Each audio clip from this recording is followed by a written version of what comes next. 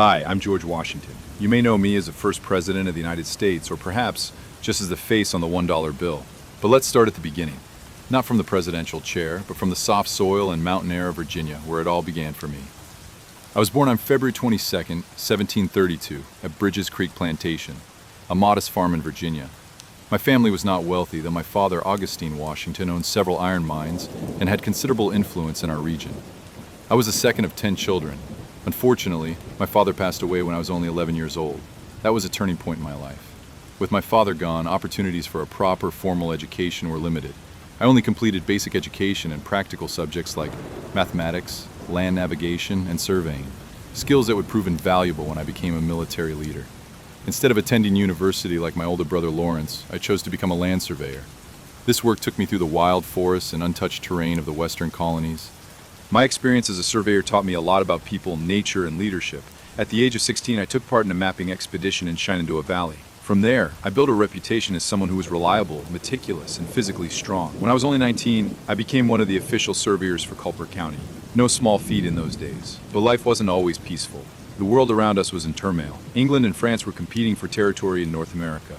This conflict would become an important part of my life, even before the Revolution began. In my 20s, I was involved in what came to be known as the French and Indian War, a 1754-1763, part of a global conflict known as the 7 Years' War. I was tasked by Governor Dinwiddie of Virginia with delivering a message to French forces to withdraw from territory claimed by the British.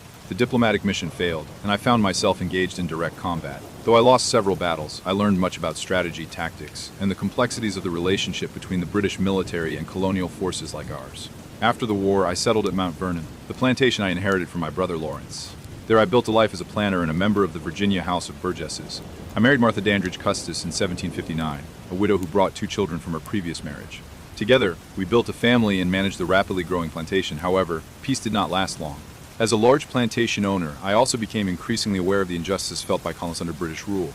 High taxes, trade restrictions, and a lack of political representation led many people to begin questioning the authority of the crown. I was not the first to speak of independence, but I was among those who believed that the time for change had come. When the First Continental Congress in 1774, I was sent as a delegate from Virginia.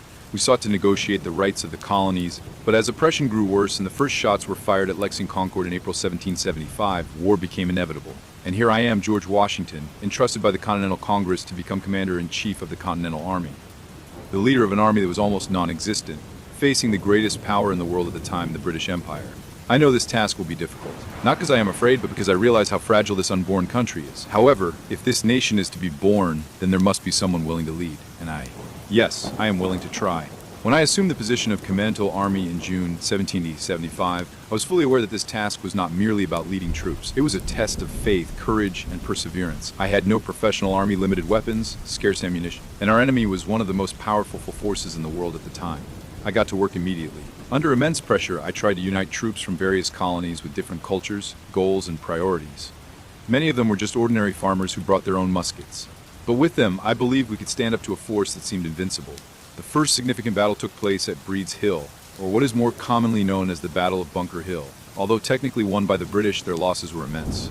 This gave us confidence seeing that we could endure even if we lost on the battlefield. However, the real challenge came later. In New York, British forces landed with thousands of regular troops and an impressive naval fleet. We were defeated repeatedly. From Brooklyn to Fort Washington, we retreated in an orderly fashion. I clearly remember the cold nights when our troop crossed frozen rivers to escape the enemy's pursuit. But defeat did not make us give up. On the contrary, the spirit of resistance emerged when we felt weakest. By the end of 1776, I decided to launch a surprise attack on Trenton. Just after Christmas, we crossed the Delaware in the midst of a snowstorm in poor physical condition. However, the result was a great victory. We captured over 900 Hessian soldiers, German mercenaries working for the British, without losing a single one of our own. This attack became a turning point in the morale of the entire revolution. A few weeks later, we also succeeded in defeating the British forces at Princeton. The world began to realize the colonial forces were not merely a group of rebels. We were a force to be reckoned with. However, the war was far from over. After that, we faced a harsh winter. Valley 47, 1778. Over 2,000 died from disease and starvation. They had no shoes, coats, or enough food. I had never felt so helpless. But from there, our army grew stronger, more disciplined, and more united. During this time, aid from France began to arrive. After our victory at Saratoga, France officially joined as our ally in 1778. This was a pivotal moment. With France's diplomatic, financial, and military support, we had a real chance to turn the tide. The war continued for several more years. Finally, in 1781, we successfully besieged British forces at Yorktown, Virginia, with the help of the French Navy. After 3 weeks of siege, General Cornwallis surrendered. That was the de facto end of the war. Though formal peace was not signed until 1783 with the Treaty of Paris, our victory was clear. After the war ended, I returned to Mount Vernon, intending to live peacefully as a farmer. However, the nation still needed guidance. The fragile Confederation under the Articles of Confederation was not strong enough to maintain stability. I was chosen as a delegate to the 1787 Constitutional Convention, and though I did not speak much in the debates, I became a symbol of national unity. And when the Constitution ratified, I was unanimously elected as the first president of the United States. There was no precedent, no example. I had to build the foundation from scratch. When I returned to Mount Vernon after the war, I thought my life would be peaceful forever. I wanted to be an ordinary farmer, managing my fields, tending my crops, and living peaceful days with Martha. But it turned out that this country still needed me. After the Treaty of Paris in 1783, we had an independent country, but no strong system of government. The Articles of Confederation gave too little power to the central government. Each colony was like its own country. We couldn't pay off our war debts, couldn't regulate interstate trade, and the threat of division was growing more real. That's why I accepted the invitation to the Constitutional Convention in Philadelphia in 1787. I didn't come to speak much. That's not my nature. But I was there as a symbol that we could all come together. And when the Constitution was finally ratified, I was elected as the first president of the United States. On April 30th, 1789, I was sworn in as president at Federal Hall in New York City, the temporary capital of our nation at the time. Under a clear sky and the cheers of the people, I pledged to serve this nation with honesty and loyalty. I knew that whatever I did as the first president would set an example for future presidents. And that was my greatest burden, not just to fulfill the role, but to establish its standards. I believe that a president must remain above partisan politics. I did not want to be the leader of just one group. I wanted to be the president for everyone. That is why I rejected the title, Your Excellency, and preferred the name, Mr. President. A simple yet dignified title. I also began to build the structure of the federal government. I appointed Thomas Jefferson as Secretary of State, Alexander Hamilton as Secretary of the Treasury, Henry Knox as Secretary of War, and Edmund Randolph as Attorney General. Together, we formed a solid executive foundation. Hamilton, in particular, was a key figure designing the national financial system. His ideas about a national bank paying off war debts were controversial, but I supported them because I believed financial stability was the foundation of a strong government. However, ideological conflicts between Federalists like Hamilton and anti-Federalists like Jefferson began to emerge. Political parties slowly emerged, though I remained neutral. I disliked this polarization, and even in my farewell address, I would warn of the dangers of partisanship. During my term, several major challenges arose. One was the Whiskey Rebellion in 1794. Farmers in Pennsylvania were angry over new taxes on distilled spirits, their primary product. They attacked tax collectors and burned down officials' homes. As president, I could not allow the law to be ignored. I led the troops personally. I am the only U.S. president to have done so. We sent 12,000 militia troops to Pennsylvania. Fortunately, the rebellion subsided without bloodshed. This showed that the federal government could act firmly yet fairly. Abroad, Europe was in turmoil again. The French Revolution broke out and Britain and France were at war. Both countries want America to take sides, but I decided we would remain neutral. In 1793, I issued the Proclamation of Neutrality, stating that America would not intervene in European conflicts. This decision was not popular with everyone, but I believed that our young nation was still too weak to get involved in another major war. After 2 terms as president, 8 years, I decided to step down, not because I was tired, but because I wanted to reinforce the principle of democracy. That the presidency is not a hereditary monarchy. Even if you are the first president, you must be willing to relinquish power. I wrote the farewell address, published in December 1796. In it, I warned about the dangers of political parties' dependence on foreign powers and the importance of national unity. That message remains relevant to this day. I handed over the presidency to John Adams in 1797. Once again, I returned to Mount Vernon. I wanted to live simply, manage the plantation, and spend my later years in peace. Unfortunately, time did not grant me that opportunity for too long. After 2 terms as president, 8 years of intense pressure and difficult decisions, I was finally able to return home. In March 1797, I handed over the presidency to John Adams and returned to Mount Vernon with a sense of relief. I wanted to live a simple life again, managing the plantation, reading books, and spending time with Martha. I also began to redesign my business, especially land management and wheat production. I believed that agriculture was the foundation of a strong nation, and I wanted to be an example for young farmers. But time did not give me much opportunity for that. By the end of 1799, the weather in Virginia was terrible. Heavy rain turned to snow, then the air suddenly warmed up again. I continued my daily routine, riding horses, observing work on the plantation, even without a coat or hat. So when a sore throat struck, I thought it was just a common cold. On December 12, 1799, my condition worsened. I had difficulty breathing, my body temperature rose, and the pain became unbearable. Doctors were immediately summoned, including Dr. James Craik, my longtime friend. They tried the medical methods of the time, bloodletting up, and herbal remedies. Unfortunately, it did not save my life. In fact, it may have hastened my demise. On the morning of December 14, 1799, I died at Mount Vernon. I was 67 years old. I did not suffer for long, but I departed quietly, without drama, without a farewell speech, like a soldier who completes his duty and then withdraws in silence. News of my death spread quickly. The entire nation mourned. Even the United States Congress wore mourning attire for the entire month. Flags were flown at half-mast. People gathered at churches to pray for my soul. The funeral ceremony was held in the backyard of Mount Vernon at the Washington family grave. There was no grand ceremony as you might imagine for a president today. I wanted something simple, in line with my beliefs. However, requests to move my body to the city of Washington also emerged. I had written in my will that I wanted to be buried there at Mount Vernon, and eventually that request was granted. I never sought fame. I only wanted to serve this nation to the best of my ability. But it turns out, my legacy has outlasted my own life. My name is inscribed on buildings, monuments, cities, and even currency. Our nation's capital is named Washington, D.C., in honor of my role. And of course, the Washington Monument on the National Mall stands as a physical symbol of what I fought for: unity, integrity, and leadership. I am also remembered in education, in history lessons, and in national values. Many presidents after me have quoted my words, especially for my farewell address in 1796, which remains relevant to this day. Our unity as one nation is the foundation of our hope for freedom. As an ordinary man, I had my weaknesses. I was once a slave, and although I eventually abolished the system in my will, I know it was a great stain on my life and on the history of this nation. But I believe that a nation, like a person, can grow and change. And if my legacy can help America stand tall and strive to be better, then I will be satisfied. Today, when you see my face on the dollar bill or read my name in history books, remember that I am not a god. I am an ordinary man who tried to do the right thing in extremely difficult circumstances. And if you, the reader, had lived in my time, you might have made similar choices. When I was alive, I never imagined that my face would become so well known. On paper money in schools, even on holiday postcards. But what is even more surprising is how I continue to live. In the stories that people create after I am gone. I am not just a president or a general. I have become a symbol of courage, leadership, and American values. And because of that, I often appear in movies, books, comics, and even video games. Some portray me as a legendary hero. Others treat me with humor. And there are those who turn me into a fictional character with superpowers. Yes, really. One of the first films to directly depict me was The Virginia in 1929, though I wasn't the main character.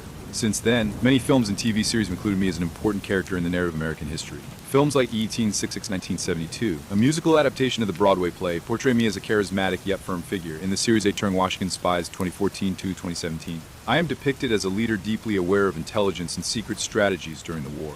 But if you want to see a slightly god version of me, check out At the Crossing 2000, where I'm portrayed by Jeff Daniels leading troops across an icy river. Or perhaps the animated film A Liberty's Kids F 2002, where I'm depicted as a mentor to two young journalists covering the revolution. And of course, who could forget National Treasure in 2004? There, I'm part of a quest for a secret treasure, complete with Freemason codes and exaggerated historical clues. For some reason, I end up looking like a national secret keeper. In the world of literature, I appear in historical novels like His Excellency George Washington by Joseph J. Ellis, which offers an academic and in-depth look at my life. However, if you're looking for something more fantastical, there's a book like George Washington's Secret Six, which tells the story of my spy network during the war. And it's actually based on historical facts. In comics, I appear in various Marvel and DC series. Sometimes as a supporting character, sometimes a superhero. Even in the Infinite Loop series, I appear as a transformative figure concerned with human rights. There are also satirical comics like E! The Adventures of Dr. McNinja, where I'm depicted as a feathered dinosaur leading an 18th century robot army. Yes, it's completely crazy, but that's the beauty of art. It can transform you into anything. I've even made it into music. Patriotic songs like You're Welcome from the movie Mona mention my name as a symbol of American greatness. Though the context is a bit off, it's still good for promotion. The musical Hamilton by Lin-Manuel Miranda brings me back to center stage. In this production, I am portrayed as a wise leader who must make difficult decisions. The song One Last Time features my heartfelt farewell speech. Unfortunately, in Hamilton, I am not the main character, but I am still honored as the father of the nation, and that is enough for me. If you play Assassin's Creed at Thube, you'll encounter me in a more complex role. There I'm a leader with political ambitions, and you must decide whether to trust me or not. It's a unique experience, being the object of doubt and trust in a virtual world. In A Civilization, I appear as one of the leaders you can play. I lead America with high diplomatic bonuses and strong military capabilities. Pretty accurate, I think. Even in educational games like Oregon Trail or Brainpo P, I often appear as a guiding figure. I like that. If I can help children learn history, then I'm happy. Perhaps because I am the foundation of everything. I was the first president. I was the supreme commander in the War of Independence. I am the symbol of a newly born nation that wants to stand tall. I am not perfect. I have made mistakes like all humans. but I tried my best for my people. And perhaps that is why I am still remembered, retold, and even turned into a funny character on screen. Because in the end, history is not just about facts, it's about Yui Storyzul. And my story is still alive today. While I was alive, I knew that not everyone saw me in the same way. Some admired me as a leader, some were suspicious of my power, and some felt that I failed to represent them. And after my death, the debate continues. No historical figure is universally accepted, even if you are the first president of the United States. Let's see how different groups, both past and present, view me and my legacy. For many ordinary Americans, I am a national symbol. I am the father of the nation, the man who refused to be king, who chose to step down after 2 terms, and who believed that this country should be led by the people, not a dynasty. February 22nd, my birthday, is still celebrated as President's Day, along with Abraham Lincoln. My face is featured on the $1 bill and the quarter, 25 cents. Cities, streets, schools, and universities are named in my honor. But even though I was glorified in elementary school, many people begin to ask deeper questions when they grow up. Am I really as perfect as they taught me to be? Among political and military elites, I am often cited as an example of stable and wise leadership. Many presidents after me have referred to me as a role model, including Abraham Lincoln, Theodore Roosevelt, and Barack Obama. I never sought to hold office forever. I voluntarily relinquished power. That was a principle of democracy that I emphasized from the very beginning. In the military world, I am respected for my ability to build troops from scratch and keep their spirits up even under difficult conditions. Many modern generals have learned from my strategies during the Revolutionary War. However, not everyone was satisfied. Some military experts criticized my defeat in New York or my slow reaction in several battles. But as I said before, war is not just about winning quickly. Sometimes just holding out is enough. Academics view me through a more critical lens. They look not only at what I did, but also why I did it. Some historians praise me for resisting tyranny, maintaining neutrality in international conflicts, and laying the foundations for a strong system of government. But there are also those who criticize me for being a slave owner. Yes, I left a will to free my slaves after Martha's death, but that does not erase the fact that I owned human beings as property for most of my life. History must not be silenced, and I want you to know, I do not deny my mistakes. I am a human being, and I believe that future generations will continue to question and refine the values I hold dear. The Black community's views of me are very diverse.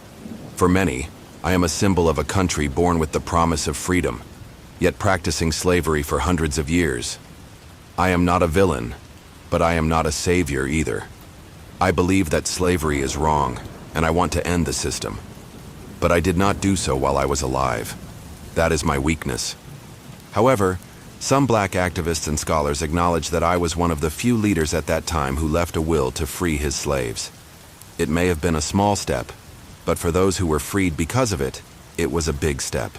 Outside the United States, I am often seen as a symbol of revolution and republicanism.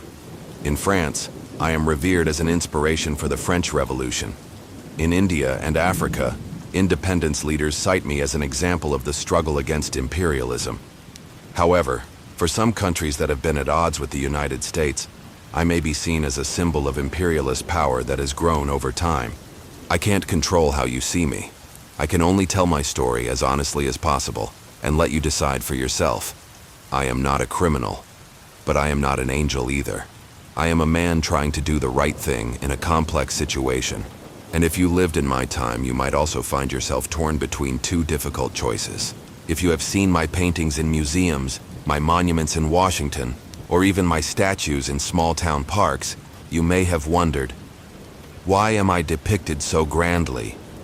I am not a king. I do not wish to be a god.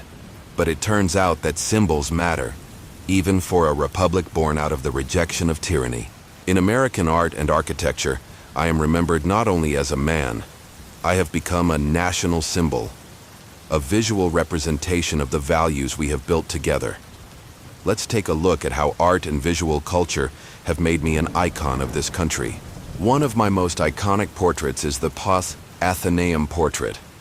Painted by Gilbert Stuart in 1796, It is the portrait that appears on today's $1 bill.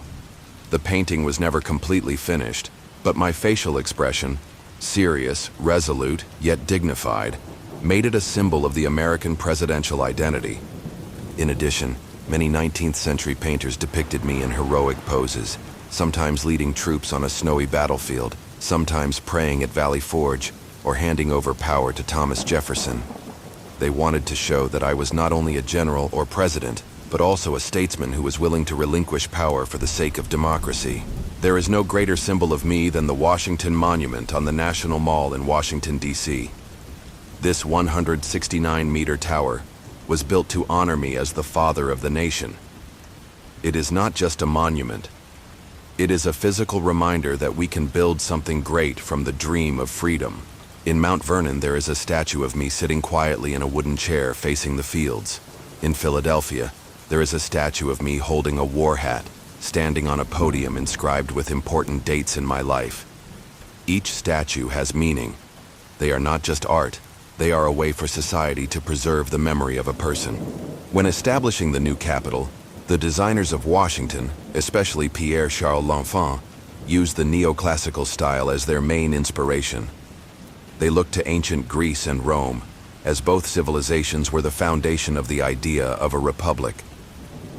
The White House, the Capitol, the Lincoln Memorial, all of these buildings were constructed with the principles of simplicity, symmetry, and dignity in mind.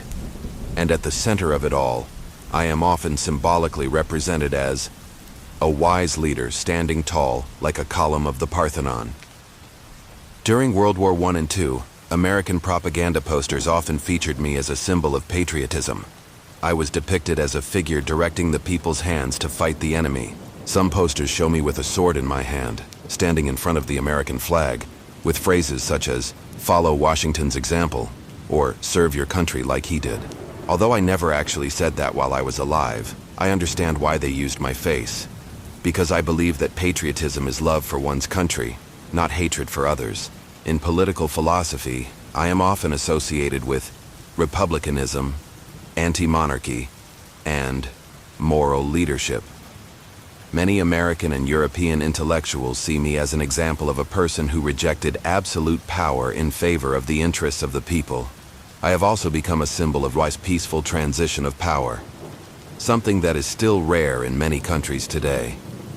And despite my flaws, including slave ownership, I remain a symbol that people can change, and that a nation can grow from its mistakes. Saya bukan hanya tokoh sejarah. Saya adalah konsimbol dari apa yang bisa dicapai jika kita percaya pada nilai-nilai yang lebih tinggi. Persatuan, integritas, dan pengabdian. Seni mungkin mengubah wajah saya, memperindah tubuh saya, atau bahkan mengubah cerita saya. Tapi pada akhirnya, yang penting adalah pesan di balik simbol itu, bahwa seorang pria biasa bisa melakukan hal-hal luar biasa jika ia percaya pada sesuatu yang lebih besar daripada dirinya sendiri. While I was alive, I believed that education was the foundation of a strong republic. If people don't know their history, how can they make wise decisions? If the younger generation doesn't understand the values of citizenship, how can they keep this country intact?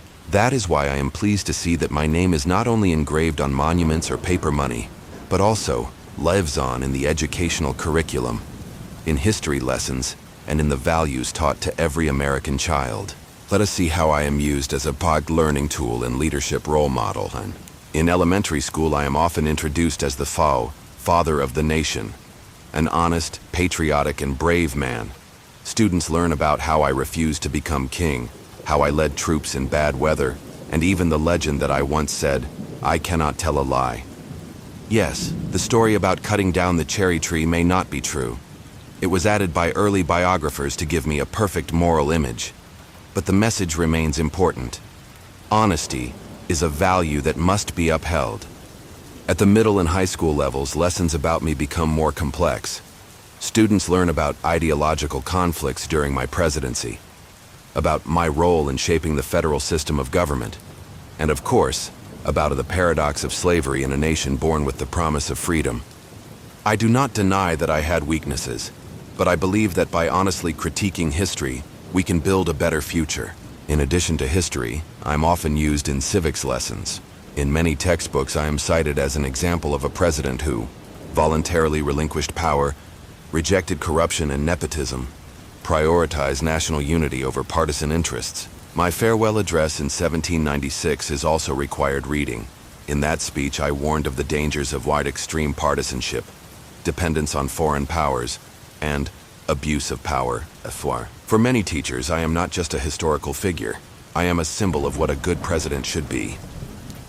In universities and political science programs, I am the subject of academic analysis. Numerous studies have been conducted on how I shaped federal institutions, how I resolved internal conflicts, and how I maintained stability when the nation was still fragile. Some leadership programs use what my example like to teach: how to lead in a crisis, how to maintain dignity in office, and how to leave power without feeling discarded. I was not a perfect leader, but I believe that a good leader is one who is willing to learn from experience, including from mistakes. Today, I am also present in the digital world.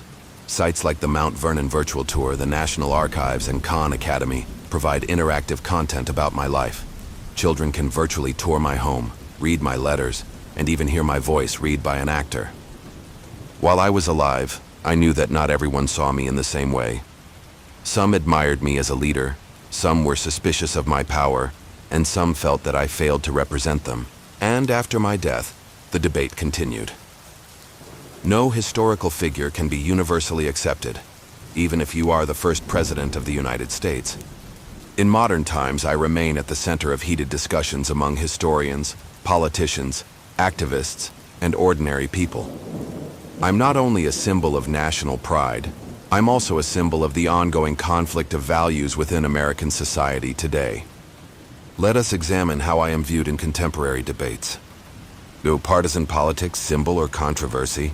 On one hand, many politicians from both sides, Republicans and Democrats alike, use my name as a symbol of integrity and leadership. They often quote my farewell address to support their arguments about the need for national unity or the dangers of extreme partisanship. But on the other hand, I am also used as a rhetorical tool to attack political opponents. For example, when a president or leader is deemed to have failed to uphold the dignity of their office, their opponents might say, "George Washington would not have done this." Unfortunately, that is the risk of being a symbol. You can be used to support ideas you never even considered while you were alive. Our national identity: who has the right to my legacy? Do I belong to the entire nation or only to part of it? This question arises in debates about monuments, currency, and the use of my name in public institutions. Some groups feel that honoring me means ignoring the fact that I was a slave. Others argue that I should still be honored because of my significant role in founding this country. For example, in 2020, several cities removed statues of me because of my involvement in the slavery system. Elsewhere, efforts were made to educate the public more honestly about history, without completely erasing my legacy. I believe that historical truth must be revealed in its entirety. If you want to learn from the past, you cannot just take the parts that make you comfortable. There's education. Should I still be taught? Some questions have arisen among educators. Am I still relevant to be taught in schools? Can I still be a role model for the younger generation? My answer: yes, what if you teach me honestly. I am not an angel. I am an ordinary human being. And if students learn that even a president can make mistakes, yet still strive to improve himself and his country, then that lesson is invaluable. We do not need to hide my weaknesses. We can use them as material for moral reflection. How do we choose to act when we realize we are wrong? In an increasingly globalized world, views of me do not come only from America. Many other countries are beginning to see me from new perspectives. Some see me as an inspiration for the struggle against colonialism. Others see me as a symbol of the early days of a nation that later became an imperialist power. And still others see me as an example of how a nation can be born from revolution, but still have blemishes in its history. I cannot control how I am perceived abroad, but I believe that cross-cultural dialogue is the best way to understand history more broadly. Conclusion: living in debate. I may be gone, but my name lives on in debates, discussions, and big questions about identity, leadership, and national values. And I am happy. Yes, even though I am dead, that I can still be a tool to make people think. Because that is the purpose of a leader, not only to lead while they are alive, but also to inspire after they are gone. When I was alive, I never imagined that my name would live on like this. I was just a farmer from Virginia, a former military officer, a leader chosen when this nation was still fragile. But I never sought fame. However, after more than 2 centuries have passed, I realize one thing. A legacy is not about how you are remembered, but about what you leave behind for those who come after you. What was the meaning of my life? I was no criminal, but I was no angel either. I was an ordinary man, with ambition, with fear, and with a strong belief in certain values. I believed in integrity, in devotion, in unity, and in the principle that no man is born to be a king or a slave. I made mistakes. I have weaknesses. I have a worldview shaped by my time, but I also tried to improve myself. I tried to keep this nation intact when it was still fragile. And I hope, if you lived in my time, you would have done the same. Why is my story still important today? Because my story is not just about me. It is about an idea. The idea that a nation can be born from the dream of freedom. That government can come from the people, not from bloodlines. That a leader can relinquish power without coercion, because it is the right thing to do. And most importantly, that history must be studied honestly. Not just to celebrate successes, but also to acknowledge weaknesses and learn from them. How do I want to be remembered? I want to be remembered as a man who tried to do his best for his country, not as a saint, not as the guardian of absolute truth, but as a human being who believed that we can all be better if we work together. If you see my face on currency, on monuments, or in history books, remember one thing. You are not looking at a legend. You are looking at someone who believed in a better future and worked to make it happen. I am gone, but my legacy lives on in the hearts of those who still believe in the values I upheld: honesty, hard work, and love for one's homeland. And as long as there are people fighting for justice, unity, and freedom, then I will continue to live. Not in body, but in spirit. Thank you for listening to my story.